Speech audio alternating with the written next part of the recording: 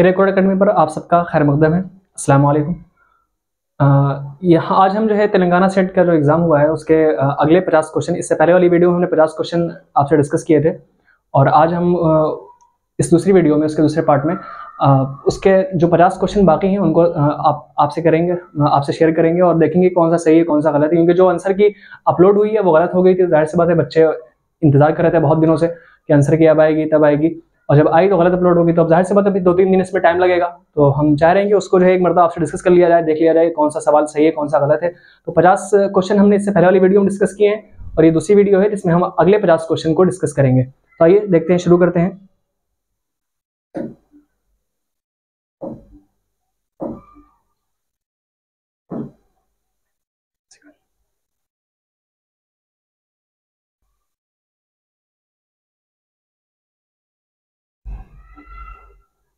जी हाँ, इसके 50 क्वेश्चन हम लोगों ने हल कर लिए थे, देख लिए थे कौन सा सही है कौन सा गलत है। और अगला सवाल देखते हैं, किस इदारे के तवस्सुस से नेचुरल शायरी का आगाज हुआ। तो अभी इससे पहले भी इसी में मुतालिक क्वेश्चन आया था कि जो है किसने जो है शेर का मिसरा देने के बजाय उसका मजमून या उन्वान देकर जो है शेर या नज़म कहने की रिवायत का आगाज किया, तो मोहम्मद हुसैन आज़ाद ने दिया। और इसी तरह किस इदारे के तवस्सुस से नेचुरल शायरी का आगाज हुआ, तो वो अंजुमन पंजाब लाहौर है। ठीक है, नेचुरल शायरी का आगाज अंजुमन पंजाब लाहौर के ज़ेर असर हुआ। ठीक है, वहीं से हुआ और इसी में जो हाल ही ने और मोहम्मद हुसैन आज़ाद ने अपनी नज़में पेश की। तो ये आपका पहला ऑप्शन आपका इसमें दुरुस्त होगा। अगला सवाल है, अकबर इलाहाबादी की नज़मों में किस अंदाज की झलकियां दिखाई देती हैं। 4 ऑप्शन दिए हुए हैं, संजीदगी, तंज़ो मज़ाह, इस्लामी शरीयत और फ़िक्र व मतानत। तो जाहिर सी बात है अकबर इलाहाबादी के जहाँ नाम आएगा वहाँ फ़िक्र व मतानत का क्या काम होगा, और संजीदगी तो बिल्कुल कहीं से नहीं, इस्लामी शरीयत भी नहीं। तो तंज़ो मज़ाह के लिए ही अकबर इलाहाबादी जाने जाते हैं और ये आपका दूसरा ऑप्शन इसका दुरुस्त होगा। इसमें इन्होंने चौथा दिया हुआ है जो कि गलत है। तो आपका तंज़ो मज़ाह अकबर इलाहाबादी की नज़में में किस अंदाज की झलकियां दिखाई देती हैं, तंज़ो मज़ाह की।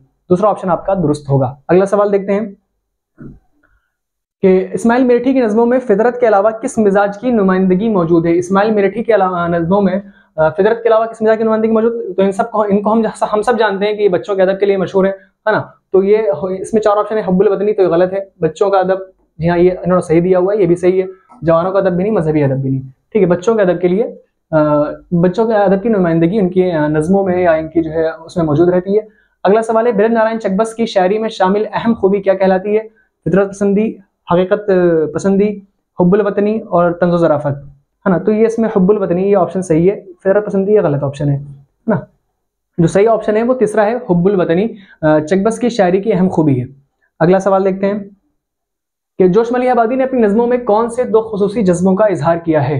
जोश मलिहाबादी ने अपनी नज़मों में कौन से 2 खुसूसी जज्बों का इजहार किया है। तो 4 ऑप्शन है, गम व गुस्सा, शबाब व इनकलाब, कामयाबी व नाकामी, जलाल व जमाल। तो इनकी नज़मों में आप देखेंगे अगर तो जलाल जमाल तो मिल ही जाएगा, लेकिन सबसे ज़्यादा जो चीज़ मिलती है इनकी नज़मों में तो वो है शबाब व इनकलाब, है ना। और इनके 1-2 जो है मजमुए जो है, बहुत से मजमुए हैं, उसमें जो है शबाब व इनकलाब का जिक्र भी आ जाएगा, कुछ नाम इसी टाइप के हैं। तो ये ऑप्शन आपका गलत होगा, गम व गुस्सा, कामयाबी नाकामी भी नहीं, जलाल जमाल भी नहीं, शबाब व इनकलाब ये ऑप्शन दुरुस्त है। अगला सवाल है, उर्दू नज़म में मीरा जी की निफरादियत किस वजह से अहमियत की हामिल है। मीरा जी की निफरादियत गीत नवेसी की वजह से हामिल है, गीत नवेसी की वजह से अहमियत की हामिल है। ठीक है, और फितरत पसंदी भी नहीं, हकीकत पसंदी भी नहीं, और रुमानियत होगा ये, कुरियानियत ये भी नहीं। ठीक है, तो इसका दूसरा ऑप्शन सही है, गीत नवेसी ये सही दिया गया है। अगला सवाल कि एक बैक वक्त तरक्की पसंद नज़म और गज़ल को फ़रोग़ देने वाले शायर की हैसियत से किसका नाम शोहरत रखता है। यानी कि एक ही वक्त में जिसने नज़में भी कही हो तरक्की पसंदी के ज़रिए असर और गज़लें भी कही हो, तो वो एक ही नाम है, फैज़ अहमद फैज़। जिन्होंने नज़में भी कही हैं, इन्होंने सिर्फ नज़में कही हैं, है ना। साहिर ने भी जो है नज़में कही हैं, और मजरू ने गज़लें, ये गज़लों के लिए जाने जाते हैं, ये नज़मों के लिए जाने जाते हैं ये भी। तो फैज़ का ही ऐसा नाम है जो है जिसने बैक वक्त तरक्की पसंद नज़म और गज़ल दोनों को फ़रोग़ देने के लिए जो जाने जाते हैं, फैज़ अहमद फैज़। चौथा ऑप्शन आपका इसमें दुरुस्त होगा, है ना, और इन्होंने भी दिया है, सही है। उर्दू नज़म में जदीद अफकार की नुमाइंदगी करने वाले एहसासात अख्तरुल ईमान की किस नज़म में वाज़े होते हैं। 4 ऑप्शन दिए हुए हैं, पगडंडी, पुरानी फसील, बाज़ामत, ये चारों इनके नज़मों के नाम है। और आखिरी ऑप्शन जो है वो है एक लड़का। ठीक है, एक लड़का। तो क्या है, जदीद अफकार की नुमाइंदगी किसमें मिलती है, पगडंडी में भी नहीं मिलेगी, पुरानी फसील में भी नहीं, बाज़ामत, एक लड़का ये इनकी सबसे मशहूर नज़म भी है और इसी में जदीद अफकार की नुमाइंदगी मिलती है। तवील नज़म है, इसको पढ़ेंगे तो आपको अंदाजा हो जाएगा और आपने पढ़ी भी होगी, जाहिर सी बात है। तो ये चौथा ऑप्शन दुरुस्त होगा, पहला ऑप्शन इसमें गलत है। अगला सवाल देखते हैं कि तरक्की पसंद शायरों में मखदूम मोहिउद्दीन का मुकम्मल शेरी मजमुआ किस नाम से मशहूर है। तो इनके 3 मजमूए हैं, सुर्ख सवेरा, गुलेतर, बिसाते रक्स। हाँ, और इसमें क्या है, तरक्की पसंद शायरों में मखदूम मोहिउद्दीन का मुकम्मल शेरी मजमुआ किस नाम से मशहूर है, तो वो बिसाते रक्स है। ये ऑप्शन आपका दुरुस्त है। और ये इनका पहला मजमुआ है सुर्ख सवेरा, लेकिन इसमें बिसाते रक्स में सभी जमा कर दिया गया ना, क्योंकि इसमें क्या शर्त लगा दी, मुकम्मल शेरी मजमुआ, यानी कि इसमें सभी यानी जितनी भी अब तक गजलें जो भी कही हैं, नज़में कही हैं, उन सब का जो है जमा कर दिया गया एक जगह, तो बिसाते रक्स है। चौथा ऑप्शन इसका दुरुस्त है। अगला देखते हैं कि उर्दू शायरी को अलामती नज़म निगारी से वाबस्ता करने वाले शायर का नाम के अलामत का जहाँ नाम आता है वहाँ नून मीम राशिद का नाम आ जाता है, और इनकी मशहूर नज़म है हसन कुजागर। ठीक है, तो ये तीसरा ऑप्शन आपका दुरुस्त होगा। ये गलत है, फैज अहमद फैज भी नहीं, मखदूम भी नहीं, अख्तर अली मान भी नहीं। तीसरा ऑप्शन आपका इसमें दुरुस्त होगा, नून मीम राशिद। नज़म ताजमहल के जरिए साहिल लुधियानवी ने किस तबके की बेचारगी को वाज़ेह किया है? गरीब तबके की, जाहिर सी बात है, इसका एक शेर भी है कि जो है एक शहंशाह ने दौलत का सहारा लेकर हम गरीबों की मोहब्बत का उड़ाया है मजाक। तो अमीर तबका बिल्कुल नहीं है ना, गरीब तबका, ये ऑप्शन इसमें सही दिया हुआ है, ये गलत है। अगला सवाल देखते हैं, शफीक फातिमा शेरा के अहम शेरी मजमुओं का नाम क्या है? तो आफ्ताब ताज़ा, बाज़गश्त, बाज़गश्त इनकी नज़म का नाम है, सुर्ख सवेरा तो मखदूम मोहिउद्दीन की है, ये नज़म है, तो ये भी नहीं होगा, आफ्ताब ताज़ा भी नहीं, गिले सफूरा। ठीक है, गिले सफूरा, जी हाँ, तो ये ऑप्शन इसका पहला दुरुस्त होगा, ये इनका मजमुआ है शफीक फातिमा शेरा का। अगला है कि दास्तान के फन में कौन सी नसरी सिन्फ की खुसूसियत मौजूद होती है? दास्तान के फन में कौन सी नसरी सिन्फ की खुसूसियत मौजूद होती है? तो 4 ऑप्शन दिए हुए हैं, अफसाना निगारी, ड्रामा निगारी, नॉवेल निगारी, सवाने निगारी। इसमें भी जो है दो बहुत ही करीब करीब है ना, तो सवाने निगारी तो होने से रहा, ठीक है, ये ऑप्शन आपका गलत हो जाएगा। अब बचे 3, यानी कि अफसाना निगारी, इन्होंने जो दिया है वो नॉवेल निगारी दिया हुआ है, और लेकिन जो है इसमें अफसाना निगारी, ड्रामा निगारी, नॉवेल निगारी, तो अफसाना निगारी भी जहां तक मेरा ख्याल है नहीं होगा, है ना, ये भी नहीं होगा। इसका जो ऑप्शन सही होगा वो ड्रामा निगारी होगा, नॉवेल निगारी भी नहीं, क्योंकि ड्रामा निगारी में क्या, दास्तान में क्या होता है, दास्तान आपने अगर सुनी होगी ऐसे कभी, दास्तान गोई में किसी दास्तान गोई किसी प्रोग्राम में शिरकत की होगी तो देखा होगा कि दास्तान जो है सुनने सुनाने का फन है ना, और ड्रामा निगारी करने का फन है। तो दास्तान में क्या होता है, एक दास्तान गोई जब आदमी कर रहा होता है, यानी कि कोई शख्स बैठे दास्तान सुना रहा होता है, तो उसमें उसको वो एक्ट भी कर रहा होता है, यानी किरदार के हिसाब से और मंजर के हिसाब से उसकी आवाज़ चेंज हो रही होती है, उसकी हरकत और सकरात चेंज हो रही होती है। दास्तान गोई किसी प्रोग्राम को अगर आपने देखा होगा यूट्यूब पर या कहीं भी, या किसी प्रोग्राम में शिरकत की होगी, तो आपको अंदाजा हो जाएगा कि इसमें ड्रामा निगारी, ना अफसाना निगारी, नॉवेल निगारी। तो दास्तान के फन में कौन सी रसीद की खुसूसियत मौजूद होती है? ड्रामा निगारी। ठीक है, तो ये इसका दूसरा ऑप्शन सही है, और ये तो अब ऑफिशियल आंसर के आने के बाद मालूम चलेगा कौन सा बिल्कुल दुरुस्त उन्होंने कौन सा दुरुस्त माना है। लेकिन हमारा जो मुताला है, जो हमने जो जिस नॉलेज से हम बता रहे हैं, तो वो ड्रामा निगारी ही मुझे सही लग रहा है, दूसरा ऑप्शन इसका। तो अगला सवाल है, दास्तान और नॉवेल के दरमियान बुनियादी फर्क किन वजूहात की वजह से मुमकिन है? तो जाहिर सी बात, दास्तान में माफूकुल फितरत अनासिर होते हैं, तो जाहिर इसमें क्या दिया हुआ है, किस्सा कहानी, किरदार और अमल, इश्क और आशिकी, तो ये सब तो नॉर्मल चीज़ें पाई जाती हैं, यानी कि इसमें दास्तान में भी पाई जाएगी, किस्सा कहानी अफसाने में भी पाई जाएगी, नॉवेल में भी पाई जाएगी, और किरदार भी और अमल भी, है ना, इश्क और आशिकी भी, जाहिर सी बात कहीं बस। तो इसमें जो ऑप्शन चौथा है, माफूकुल फितरत अनासिर, तो ये चौथा ऑप्शन आपका दुरुस्त होगा, ये गलत है। तो इसका चौथा ही ऑप्शन आपका दुरुस्त होगा, माफूकुल फितरत अनासिर, यानी दास्तान और नॉवेलों के दरमियान बुनियादी फर्क माफूकुल फितरत अनासिर की वजह से मुमकिन है। अगला सवाल देखते हैं कि दास्तान और नॉवेल के दरमियान, हाँ ये तो हो गया, ठीक है, ये ऑप्शन दुरुस्त था। कि मुल्ला वजीर ने दास्तान सबरस के जरिए किस किस्म के उसलूब को फरोग दिया है? तो सादा और रंगीन बिल्कुल नहीं, सादा और रंगीन भी नहीं, मुसज्जा मुकफ़ा, सादा और रवा भी नहीं, और मसदर असास नसर, ये तो कोई वही नहीं है, तो मुसज्जा मुकफ़ा, है ना, ये ऑप्शन आपका दुरुस्त है। इन्होंने भी सही दिया है कि दास्तान सबरस के जरिए मुल्ला वजी ने मुसज्जा व मुकफ़ा उसलूब को फरोग दिया है, तो दूसरा ऑप्शन आपका दुरुस्त होगा। अगला है कि सबरस के किस्से हुस्न दिल में किस चीज़ की तलाश का जिक्र किया गया है? तो 4 ऑप्शन है, तख्तो ताज, मुफलिस व नादारी, गुरबत व दौलत, आब हयात। आब हयात का जिक्र है ना, आब हयात की तलाश, तो ये ऑप्शन आपका चौथा इसमें दुरुस्त होगा कि सबरस में के किस्से हुस्न दिल में आब हयात की तलाश का जिक्र किया गया है। करबल कथा के जरिए फजल अली फजली ने ख्याली किस्से के बजाय किस किस्म के वाक़े को पेश किया है? करबल कथा के जरिए फजल अली फजली ने ख्याली किस्से के बजाय किस किस्म के वाक़े को पेश किया है? तो करबल कथा नाम से आपको जाहिर है, तो सीरत नबी तो नहीं होने से रहा, है ना, दास्तान इश्क भी नहीं होगा, और ये ऑप्शन क्या है, मजाजी इश्क, तो वो भी नहीं है। ओह,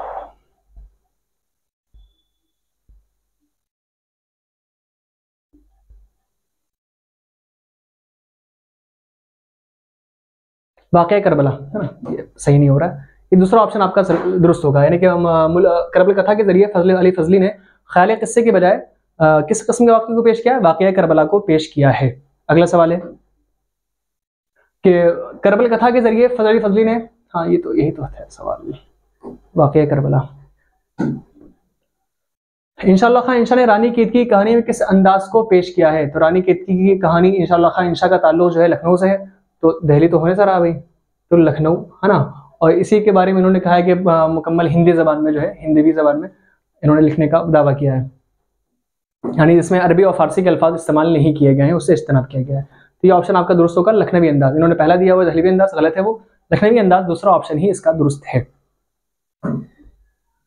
मीर अमन ने अपनी मशहूर दास्तान बागो बहार की तरतीब किस इदारे के जरिए अंजाम दी? फोर्ट विलियम कॉलेज, बिल्कुल सामने का सवाल है। इन्होंने क्या दिया? फोर्ट सेंट जॉर्ज कॉलेज, तो ये गलत है, ये ऑप्शन सही होगा आपका। दिल्ली कॉलेज भी नहीं, सैयद कॉलेज भी नहीं। अगला है, दास्तान बागो बहार का किस्सा किस बुजुर्ग के रूबरू पेश किया गया था? हजरत निजामुद्दीन औलिया रहमतुल्लाह अलैह के नजदीक पेश किया गया था। इन्होंने दिया गरीब नवाज, जो कि गलत है, ठीक है, निजामुद्दीन औलिया, चौथा ऑप्शन आपका इसमें दुरुस्त है। दास्तान बागो बहार का किस्सा किन अफराद के वाकयात की तफसील सुनाता है? किन अफराद के वाकयात की तफसील सुनाता है? तो इसमें चार ऑप्शन है, अमीरों, बादशाहों, सियाहों, दरवेशों। तो चार दरवेशों का जिक्र है, तो ये ऑप्शन आपका इसमें दुरुस्त होगा। बादशाह गलत है, क्योंकि एक ही बादशाह की कहानी उसमें किस्सा है जिसका जिक्र है, और बाकी जो है इसमें चार दरवेशों के वाकयात की तफसील सुनाता है, तो यही ऑप्शन आपका दुरुस्त होगा। चौथा ऑप्शन दुरुस्त है, दूसरा ऑप्शन गलत है। रजब अली बेग सुरूर ने दास्तान फसाने अजायब में किसकी तकरीर का हवाला दिया है? बंदर की तकरीर का हवाला दिया है। ऑप्शन कौन सा दिया है? बादशाह की तकरीर, वजीर की तकरीर, बंदर की तकरीर। इन्होंने दिया है बादशाह की तकरीर, जो कि गलत है। तीसरा ऑप्शन आपका इसमें सही होगा। फसाने अजायब में मुसज्जा और मुकफ़ा नसर के अलावा उस दास्तान में किस तहजीब का असर दिखाई देता है? लखनवी तहजीब का असर दिखाई देता है। इन्होंने दिया दहलवी तहजीब, ये लखनऊ कानपुर में लिखी गई है ना 1824 में, और फिर उसके बाद शाये हुई। तो ये लिखी तो कानपुर में गई है, लेकिन इसमें जो है इस दास्तान में किस तहजीब का असर दिखाई देता है? तो वो लखनवी तहजीब का असर दिखाई देता है, और लिखा उसको कानपुर में इन्होंने, लेकिन जो है उसमें कानपुर की बहुत बुराइयां की हैं, है ना, तारीफ लखनऊ की। और ये चले गए थे, इनको मुल्क क्या बोलते हैं, शहर बदल कर दिया गया था, निकाल दिया गया था। तो फिर उन्होंने जाके वहां वो दास्तान लिखी थी कानपुर में। और हाँ, अगला सवाल देखते हैं। बोस्ताना ख्याल जैसी दास्तान किसकी तख्लीक करार दी जाती है? मीर मोहम्मद तकी ख्याल, ठीक है। मीर अमन की बागो बहार है, रजब अली बेग सुरूर की फसाने अजायब है, इंशाअल्लाह खां इंशा की रानी केतकी की कहानी है। तो मीर मोहम्मद तकी ख्याल की कौन सी है? बोस्ताना ख्याल। अब है आगे, कहानी और अमल के साथ मुकालमे और स्टेज किस सिनफ नसर की जरूरत होती है? कहानी और अमल के साथ मुकालमे और स्टेज ड्रामे में होता है, तो ये ऑप्शन आपका दुरुस्त होगा। ना नॉवेल में स्टेज होता है ना अफसाने में। अगर स्टेज अगर आप देख लेंगे तो उसमें इसी से आपका सवाल हल हो जाएगा, ड्रामा। तीसरा ऑप्शन आपका इसमें सही होगा, अफसाना गलत है। ड्रामे की सिर्फ यूनान से शुरू हुई, लेकिन हिंदुस्तान में उससे क्या क्या कहा जाता रहा है? उसको कहा जाता है जो है नाटक। इन्होंने रहस्य दिया हुआ है, लेकिन ये गलत है, नाटक कहा जाता है हिंदुस्तान में। हिंदुस्तान में ड्रामे के सिर्फ को नाटक के नाम से याद करते हैं। तो ये ऑप्शन सही है, तरफ भी नहीं जातक भी नहीं, दूसरा ऑप्शन आपका इसमें सही होगा। अगला सवाल है, इंद्र सभा को उर्दू का पहला ड्रामा करार दिया गया है, लेकिन फन्नी एतबार से इसकी शिनाख्त किस अंदाज से हुई है? रहस्य के तौर पर हुई है। तो ये पहला ऑप्शन आपका दुरुस्त होगा, नाटक के तौर पर नहीं। नाटक का इसका दूसरा नाम है, लेकिन इंद्र सभा को जो कहा गया है तो वो रहस्य कहा जाता है, ठीक है। तो ये भी गलत है, तरबिया भी नहीं, चरित्र भी नहीं, ठीक है, नाटक और रहस्य। और मुमकिन है रहस्य ही सही हो।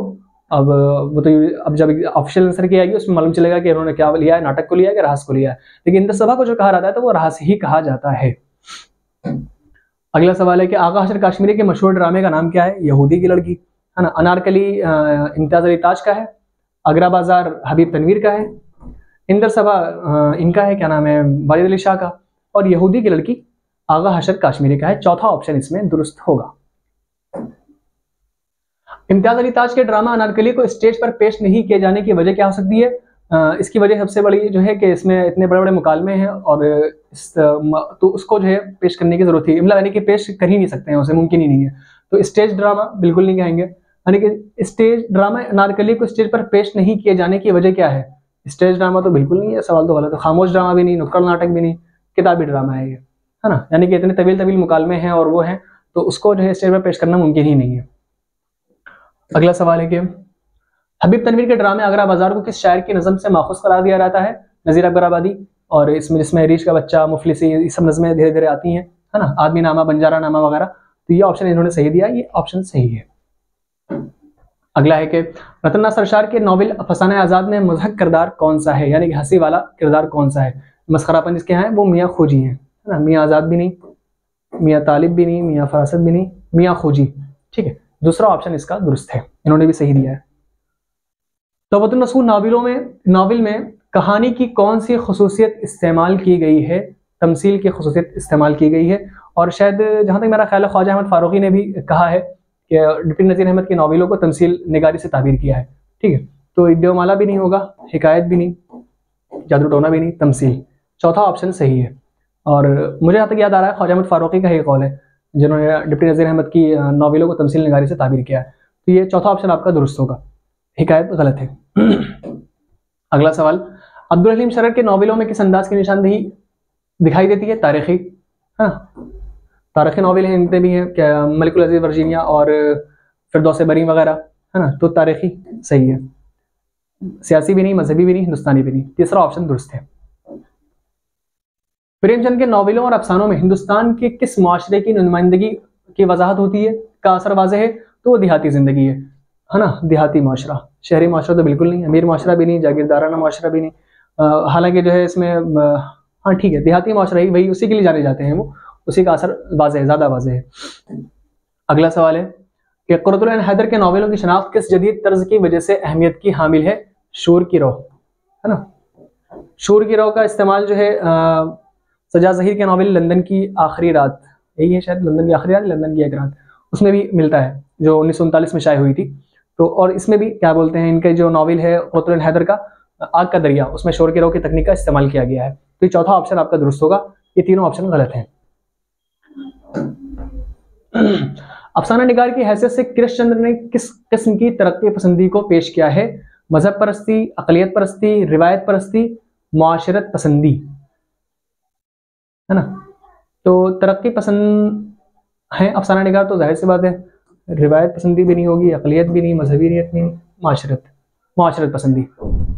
अगला सवाल है, तरक्की पसंद अफसाना निगारों में कौन से दो अहम नाम अहमियत के हामिल हैं? अफसाना निगारों में सुरेंद्र प्रकाश, इकबाल मजीद, गैस अहमद गद्दी, सुहेल अज़ीम आबादी और कृष्ण चंद्र, साद हसन मंटू, इंतजार हुसैन, शौकत सिद्दीकी, ये दोनों तो नावल निगार हैं, है ना। और गैस अहमद गद्दी, सुहेल अज़ीम आबादी, ये भी अफसाना निगार हैं।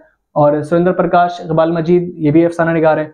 और लेकिन जो है जो अहम सबसे अफसाना निगार हैं उर्दू के, वो साद हसन मंटू और कृष्ण चंद्र। तो यही ऑप्शन सही होना चाहिए, है ना, और यही सही होगा, उम्मीद है इंशाल्लाह।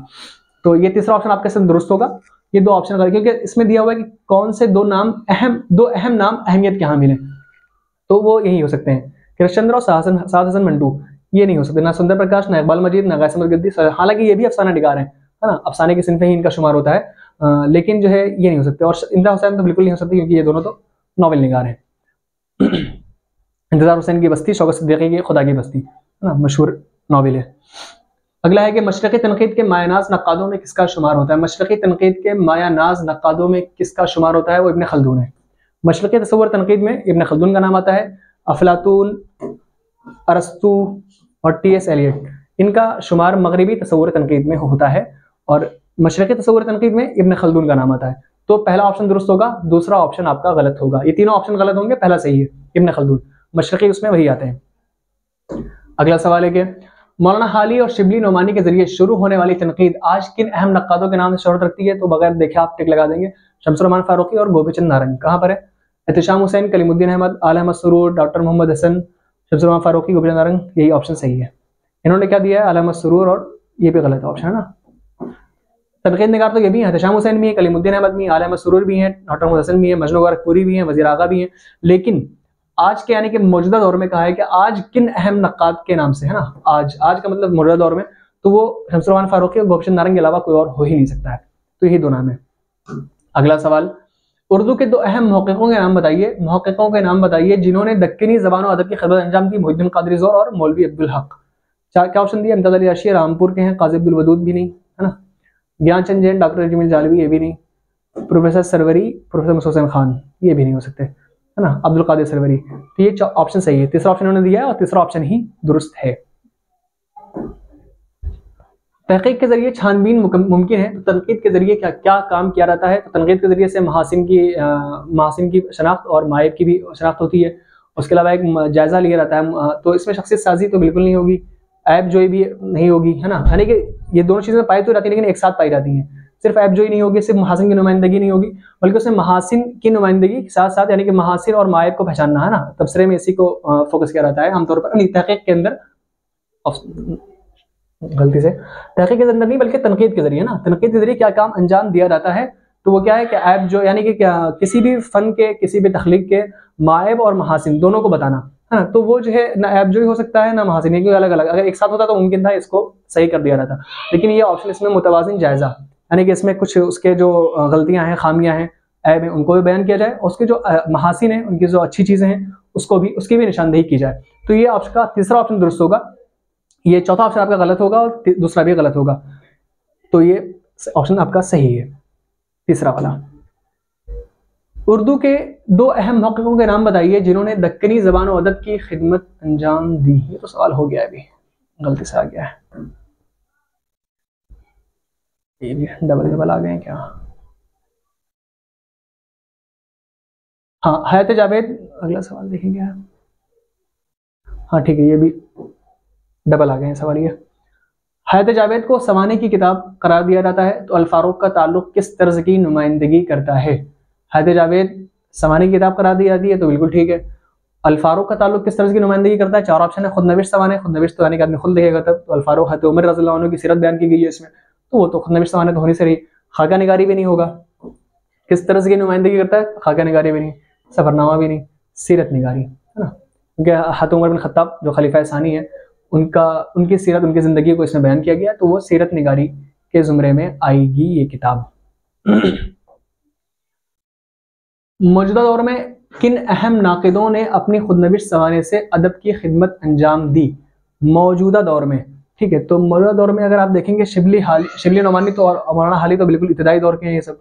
अख्तरुल ईमान और जानिसार अख्तर, तो अख्तरुल ईमान जानिसार अख्तर की खुदनविश हमें मालूम भी नहीं। अख्तरुल ईमान की हाँ है, इसाबात खराबे में बहुत ही अच्छे खुदनविश थे, और इनका 1896 में वो शाये हुई है नकुश में बेंगलोर से। तो ये भी ऑप्शन मुझे जहाँ तक ख्याल नहीं है। और मौलाना आज़ाद अब्दुल मजीद दरियाबादी, तो मौजूदा दौर की अगर बात की जाएगी तो उसमें आल अहमद सुरूर, डॉक्टर मसूद हुसैन खान ही, ये चौथा ऑप्शन दुरुस्त होगा, क्योंकि आल अहमद सुरूर, डॉक्टर मसूद हुसैन खान, इन सब की इनकी जो वफ़ात हुई है वो बात की है ना, और इन्होंने 1989 में लिखी है, और एक ने जो है वुरूद मसूद और मसूद हुसैन खान की है वुरूद मसूद और ख्वाब बाकी हैं, आल अहमद सुरूर की ख्वाब बाकी हैं और वुरूद मसूद, तो ये दोनों जो है यही। मौजूदा दौर की अगर बात की जाएगी तो उसमें अख्तरुल ईमान भी नहीं, इनकी भी नहीं आएगी, शिबली नोमानी की भी नहीं आएगी, और इनकी अगर कोई जानिसार अख्तर की अगर कोई होती मशहूर तो इतना तो हम मालूम होता ही, तो ये ऑप्शन भी आपका गलत ही होगा। अख्तरुल ईमान की यहाँ है, वो अच्छे खुदनविश थे मौजूदा दौर में, लेकिन अब्दुल मालिक दरियाबादी, मौलाना आज़ाद ये भी नहीं, क्योंकि ये 1958 की इनकी वफ़ात है।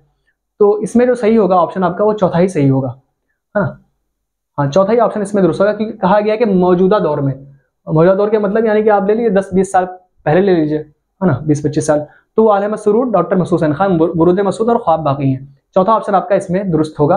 दूसरा ऑप्शन गलत है, तीसरा भी और पहला भी, ये तीन ऑप्शन गलत हैं, चौथा सही है। अगला सवाल देखते हैं कि मिर्जा गालिब के खतूत के मजमूए उर्दू मोहल्ला के बाद अबुल कलाम आज़ाद के खतूत के मजमूए का नाम क्या है?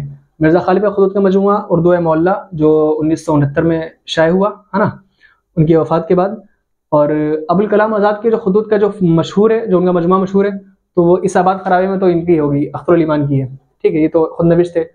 वुरूद मसूद, ये भी खुदनविश थे, मसूद हुसैन खान की ख्वाब बाकी हैं, ये खुदनविश थे आल अहमद सुरूर की, तो गुबार खातिर, ये तीनों खुदनविश थे, और ये खतूत का मजमूआ है, तो गुबार खातिर पहला ऑप्शन इसमें दुरुस्त होगा, इन्होंने तीसरा दिया हुआ है, पहला सही होगा। मजमून निगारी में किसी भी उन्वान का हक अदा किया जाता है, तो इंशाइये में कौन सा तरीका इख्तियार किया जाता है? यानी कि इसमें जो है रंगीनी होती है और जहनी तरंग भी कहा जाता है इंशाइये को। तो यहाँ पर ऑप्शन दिया हुआ है अदब लतीफ़, रंगीन बयानी, जिद्दत तराजी, सोच की तरंग, है ना, जहनी तरंग या सोच की तरंग, तो अदब लतीफ़ तो होने से रहा, ये गलत हो जाएगा, ये भी गलत हो जाएगा।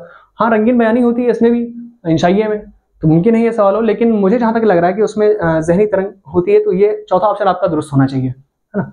तो सवाल जो सही माना गया है वो आपका यही होगा। तो रंगीन बयानी और सोच की तरंग, इन्होंने जो दिया है रंगीन बयानी दिया है, और लेकिन जो मुझे लग रहा है कि ये बहुत ही करीब करीब का है, क्योंकि रंगीन बयानी इंशाई में पाई जाती है। लेकिन जहां तक मेरा ख्याल है कि पॉसिबिलिटी यही है कि जो है सोच की तरंग चौथा ऑप्शन ही आपका दुरुस्त हो। तो इसको आप ऑप्शन आंसर के लिए रखिए, उसी में आपको वाजे हो पाएगा कौन सा सही है, कौन सा उन्होंने माना है ना, दुरुस्त कौन सा माना है। और मानना तो जहां तक मेरा ख्याल है कि जो सोच की तरंग यही दुरुस्त होना चाहिए, चौथा ऑप्शन आपका, है ना, रंगीन बयानी नहीं।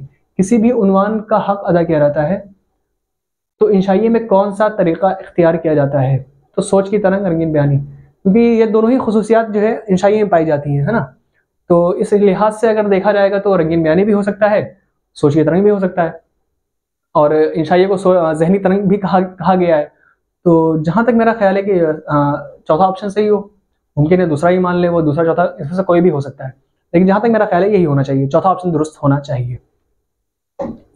अगला सवाल है कि सज्जाद हैदर यलदरम के बाद उर्दू में दो तंजिया और मज़ाहिया निगार, नस्र निगार कौन मशहूर हुए? तो सज्जाद हैदर यलदरम के बाद ये प्रेमचंद, तो उनका पहले ही इंतकाल हो गया 36 में, तो ये तो पहला ऑप्शन कट जाएगा।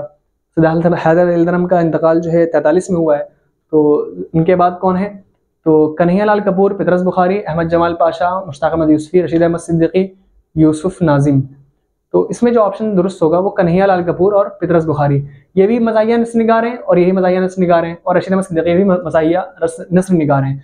लेकिन जो है सज्जाद हैदर यलदरम के बाद देखा जाए अगर, यानी कि सज्जाद हैदर यलदरम के बाद उर्दू में, तो सज्जाद हैदर के यानी कि उनके बाद का जो ज़माना है फ़ौरन वाला, तो वो दो है, कन्हैया लाल कपूर और पतरस बुखारी, है ना।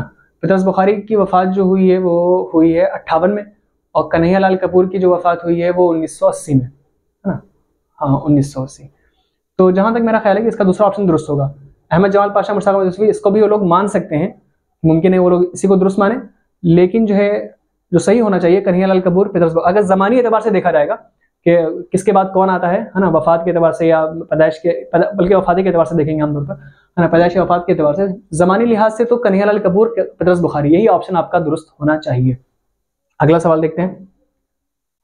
अब मौलवी अब्दुल हक को खाका निगारी में शोहरत हासिल है, और जबकि सफ़रनामा निगार की हैसियत से किस अदीब को अव्वलियत हासिल है?